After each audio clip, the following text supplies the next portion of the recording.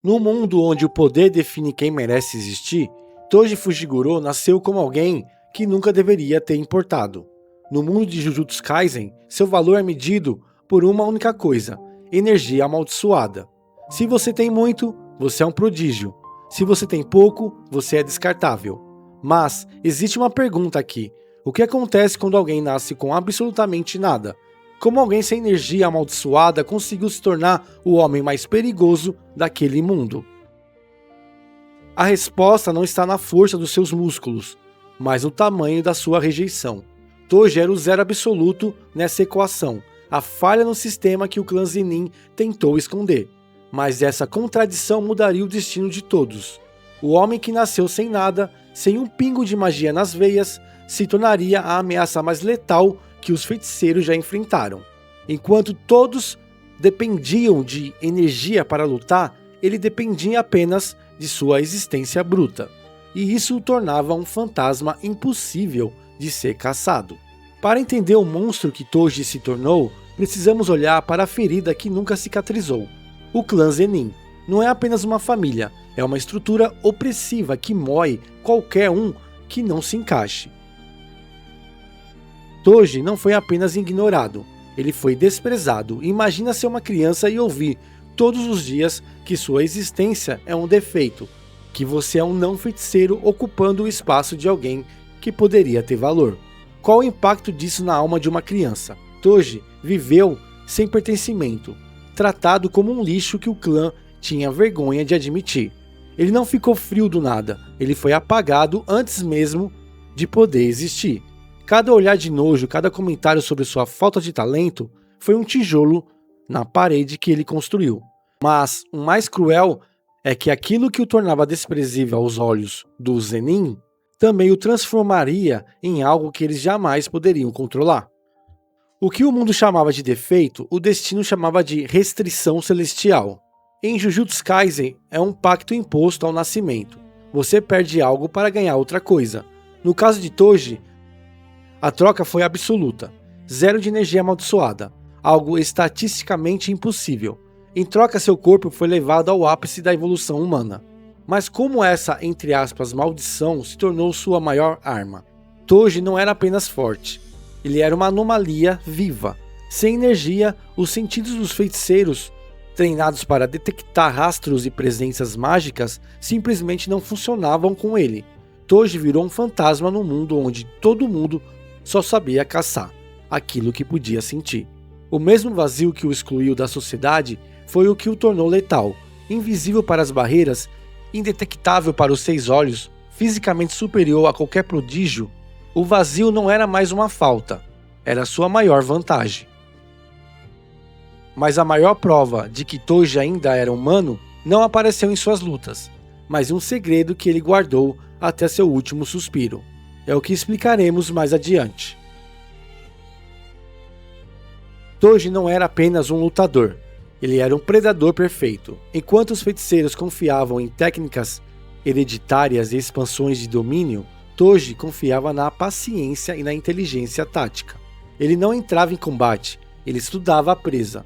Ele não atacava por impulso, ele esperava o momento exato. Mas o que o tornava tão perigoso? A sua força vinha da leitura de cenário. Ele usava sua invisibilidade como uma arma psicológica, desgastando seus oponentes antes mesmo do primeiro golpe. Toji entendia a mecânica do mundo de Jujutsu, melhor do que os próprios feiticeiros, e usava esse conhecimento para subverter todas as regras. Não era apenas força bruta, era uma precisão predadória que transformava prodígios em vítimas indefesas. Mas por trás dessa precisão quase monstruosa, existia uma pergunta mais triste. Por que alguém tão capaz parecia não se importar com a própria vida? Esse é o coração quebrado de Toji Fujiguro. Apesar de todo o seu poder, ele era um homem que havia desistido de si mesmo. Ele se tornou um mercenário, vendendo suas habilidades pelo lance mais alto, gastando dinheiro em apostas que ele sabia que ia perder. Não era sobre o dinheiro, era sobre o desinteresse pela própria dignidade. Mas por que alguém tão poderoso se reduziria a isso? O mundo o reduziu tanto na infância que ele passou a se reduzir sozinho. Ele não se via como um herói, nem mesmo como um vilão. com um grande propósito. Era apenas alguém sobrevivendo nas sombras, sem metas, sem honra, aceitando trabalhos sujos, porque sentia que era a única coisa que um lixo como ele poderia fazer. Talvez Toji não estivesse destruindo só os outros. Talvez ele estivesse, há muito tempo, destruindo a si mesmo, tentando apagar os restos do homem que um dia sonhou em ser alguém. Mas houve uma exceção, um breve momento de luz na escuridão de sua vida, quando Toji conheceu a mãe de Megumi. Pela primeira vez, ele não era o erro do Zenin, ou um assassino de feiticeiros. Ele era apenas Toji. Ela o aceitou sem pedir energia amaldiçoada em troca, e por um tempo, ele quase teve um lugar no mundo.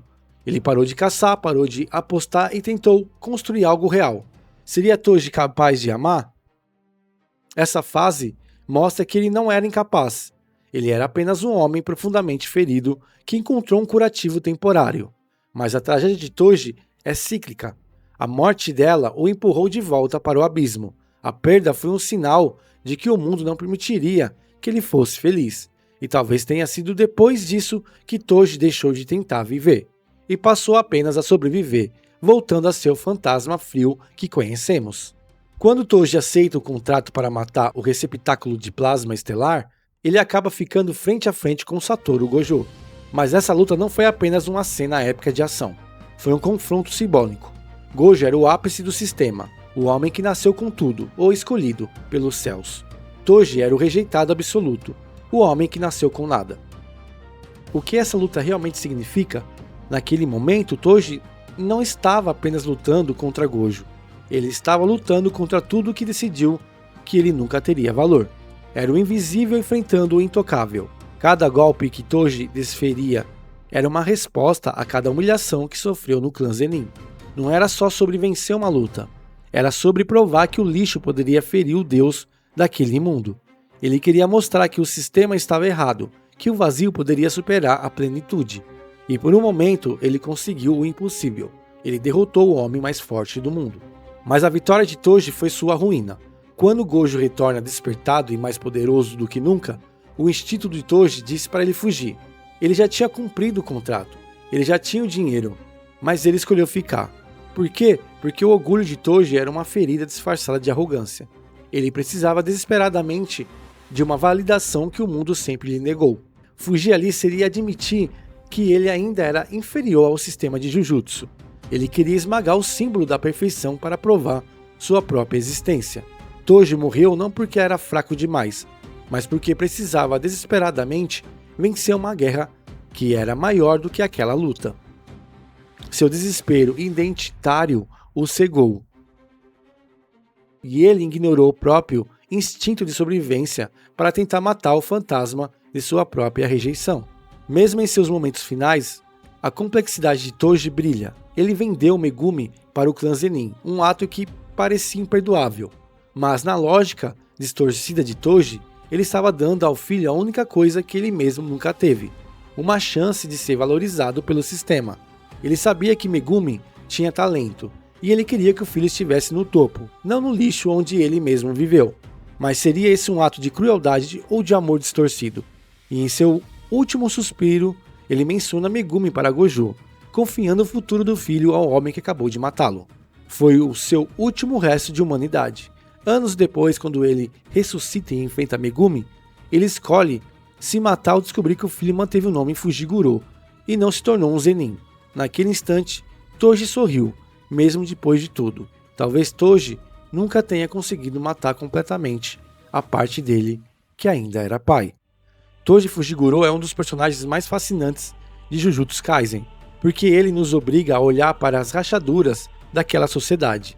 Ele foi um monstro que matou sem piedade, ou foi apenas o produto inevitável de um sistema cruel que o descartou antes mesmo dele aprender a falar? Sua existência quebrou o mito da superioridade absoluta da energia amaldiçoada e deixou um legado que mudou o curso da história. Ele provou que o mundo cria seus próprios demônios quando decide quem merece ou não merece existir. Talvez Toji Fujiguro tenha sido um monstro, ou talvez ele tenha sido apenas a prova de que, quando um sistema decide quem merece existir, ele também cria os próprios monstros. Mas isso foi o que eu vi na minha tela, e você o que viu na sua. O que pensa? Se você acha que o clã Zenin é o verdadeiro vilão, comente sistema. Se você acha que Toji fez suas próprias escolhas, comente monstro. Quero ler sua visão nos comentários. Se você gostou dessa análise profunda, não esqueça de se inscrever para mais mergulhos na psicologia dos seus personagens favoritos. Se tiver alguma sugestão ou tema que você queira que eu fale, escreva aqui embaixo que eu faço o vídeo. Muito obrigado e até o próximo.